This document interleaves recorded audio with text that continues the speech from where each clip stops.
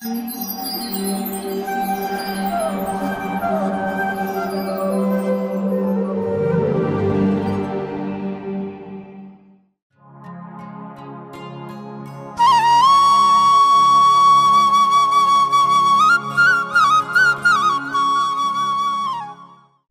कृष्णा।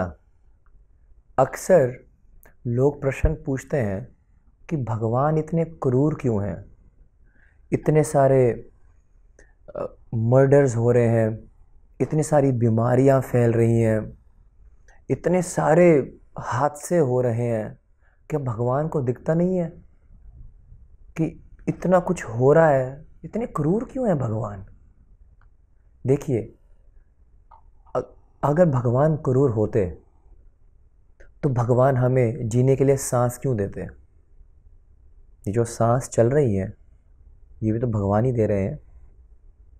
अगर भगवान क्रूर होते तो खाने के लिए हमें वो अन्न क्यों प्रदान करते? अन्नात् भवति भूतानि। नट बोल्ट तो नहीं खाते मैं और आप। सारा भोजन जो है वो अन्न पर ही आधारित है ना। ये अन्न किसने दिया है? भगवान ने दिया है। अगर भगवान क्रूर होते तो ये सूर्य क्यों निकल के आता हर दिन, इतना प्रकाश देता है? घर में लाइट चली जाए परेशान हो जाते हैं, अफरा तफरी मच जाती है कुछ सेकंड के लिए। पूरे विश्व में से अब प्रकाश हट जाए तो सूर्य ना हो तो क्या करेंगे हम? और उसके एक्स्ट्रा एडवांटेजेस तो पता नहीं क्या क्या करते हैं सूर्य जी हमारे लिए। चंद्रमा जो हैं, अगर भगवान क्रूर होते तो चंद्रमा क्यों होता? सारे के सारे जो हमारे सब्जियों को वो रात को अपनी किरणें से पोषित करते हैं, चंद्रमा क्रूर होते भगवान तो ये क्यों देते हमें? कई सारी ऐसी चीज़ें हैं जिसकी हम कल्पना भी नहीं कर सकते। इतनी सारी चीज़ें हैं जो भगवान हमें प्रदान कर रहे हैं। वास्तव में ये आज ध्यान अपने दिमाग में बिठा लीजिएगा कि भगवान क्रूर नहीं है, सही में नहीं है।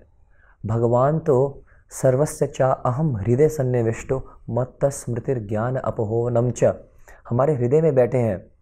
भगवान कहते हैं भोक्ताराम यज्ञ तपसम सर्वलोक महेश्वरम सूर्यध्रम सर्वभूतानाम। हे अर्जुन, ये जान लो कि मैं तुम्हारा सबसे प्रिय मित्र हूँ। I am your dearest most friend. तो भगवान एक तरफ ये कह रहे हैं कि हमारे वो मित्र हैं। वो कहते हैं पिता अहम जगतो माता दाता पितामह, मैं ही सबका पिता हूँ, मैं ही सबकी माता हूँ। कभी भी कोई पिता, कभी भी कोई माता ये नहीं चाहेगी कि उसकी जो संतान है वो कष्ट में हो। तो फिर ये इतनी क्रूरता क्यों हो रही है आप सोचोगे? सही बात है ना। इतने सारे मर्डर्स, इतनी सारी बीमारियाँ, इतने सारे नेचुरल कैलेमिटीज़ क्यों हो रहा है? ये देखिए, ये हो रहा है because of law of Karma.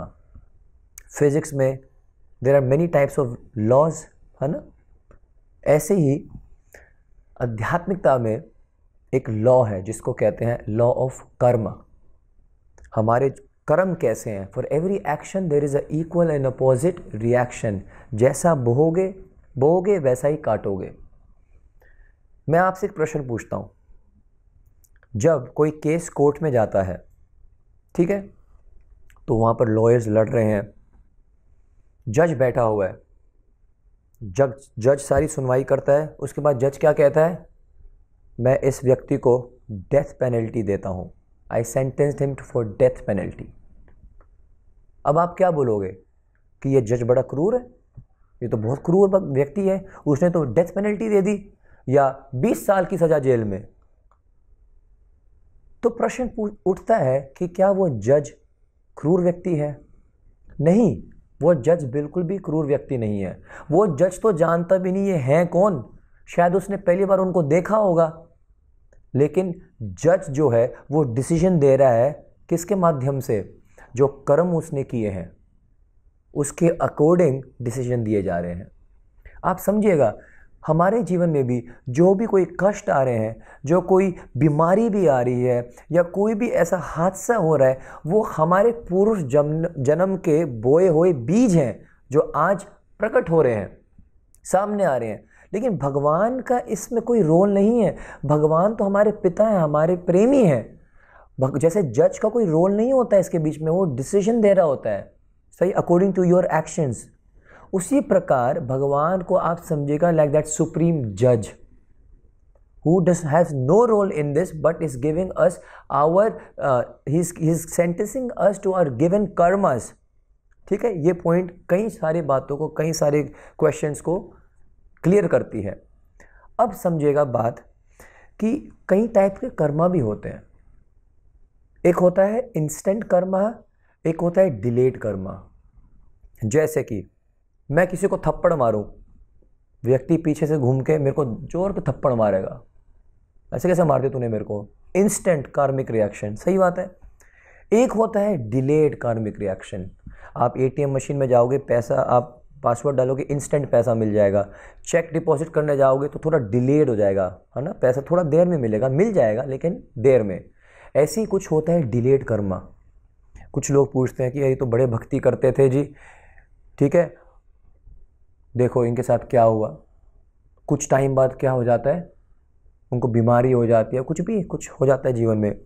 So delayed Karma, कार्मिक रिएक्शन मिलेगा, इंस्टेंट भी मिल सकता है, डिलेड भी मिल सकता है। इसके बारे में कोई कुछ नहीं कह सकता, क्योंकि श्री कृष्ण गीता में खुद कहते हैं कि ये जो कर्मों की जो गति है ये बड़ी गहन है, कोई इसको समझ नहीं सकता है।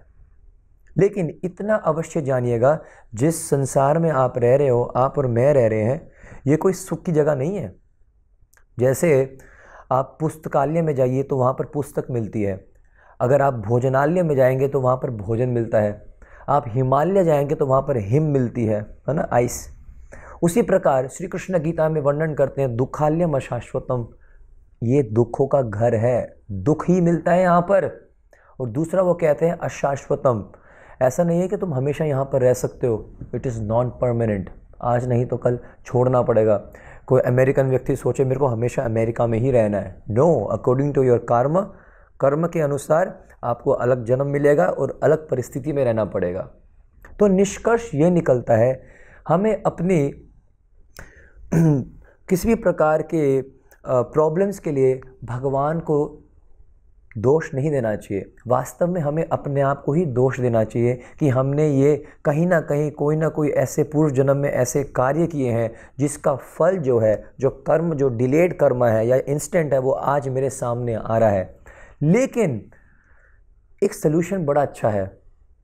भगवान श्री कृष्ण कहते हैं यदि कोई मेरे समर्पित हो जाता है, भगवद गीता में कहते हैं सर्वधर्मान परित्यज माम एकम, जो सिर्फ एक मेरी, एक्सक्लूसिवली कृष्णस, माम एकम शरणम ब्रज अहम त्वाम सर्व पापेभ्यो मोक्षयामि मा शुच, मैं उसके सारे पाप नष्ट कर देता हूँ, मोक्ष भी प्रदान करता हूँ, वो तो फ्री है।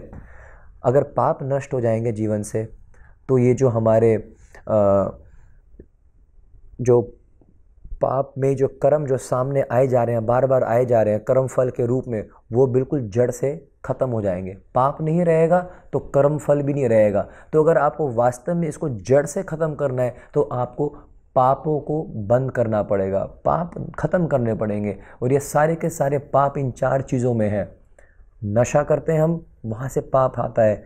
हम अवैध संबंध रखते हैं, वहाँ से पाप आता है। हम जुआ खेलते हैं, वहाँ से पाप आता है। और उसके बाद हम मांसाहार करते हैं, वहाँ से पाप आता है। इन 4 चीज़ों को रोक दो।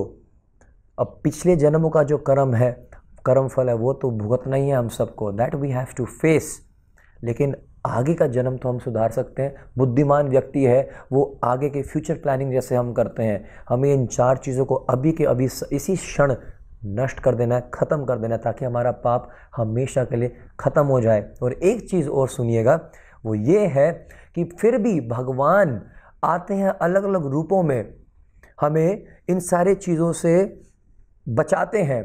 आप हरिनाम लेना प्रारंभ कर देंगे, हरिनाम में इतनी शक्ति है, वो हमारे कई सारे प्रकार के पाप को नष्ट कर देती है। वास्तव में भागवत में एक श्लोक आता है, वो ये भी कहता है कि जितनी एक मनुष्य में शक्ति है पाप करने की, वो केवल एक भगवान नाम अगर ले लेगा मुख से, तो उतनी तो हमारे में शक्ति नहीं है, जितनी पाप करने की शक्ति भी नहीं होगी, जितना भगवान का एक नाम उस सबको नष्ट कर सकता है। जिस प्रकार सूर्य जब प्रकट होता है सुबह, वो सारे के सारे बादलों को क्या कर देता है, अंधेरा को एकदम नष्ट कर देता है। उसी प्रकार जब कोई भगवान का नाम उच्चारण करता है, उसके जीवन से सारे के सारे पाप नष्ट हो जाते हैं। तो हमें ये चाहिए कि भगवान को दोष ना देकर हमें अपने आप को टटोलना चाहिए कि मेरे कर्म कैसे हैं, मेरा जीवन मैं कैसे बिता रहा हूँ। और निश्चित रूप से अगर हम भगवान को एक माता और पिता के रूप में देखेंगे, मित्र के रूप में देखेंगे, तो एक माता पिता कभी अपने संतान को कष्ट नहीं पहुंचा सकती। वास्तव में वो तो हाथ खोलकर अपनी ओर हमें बुला रहे हैं गीता के माध्यम से, भागवत के माध्यम से, सत्संग के माध्यम से, कि तुम ये सारे पाप को ख़त्म करो और इस दुखालयम से निकलकर मेरे पास आइएगा। हरे कृष्णा।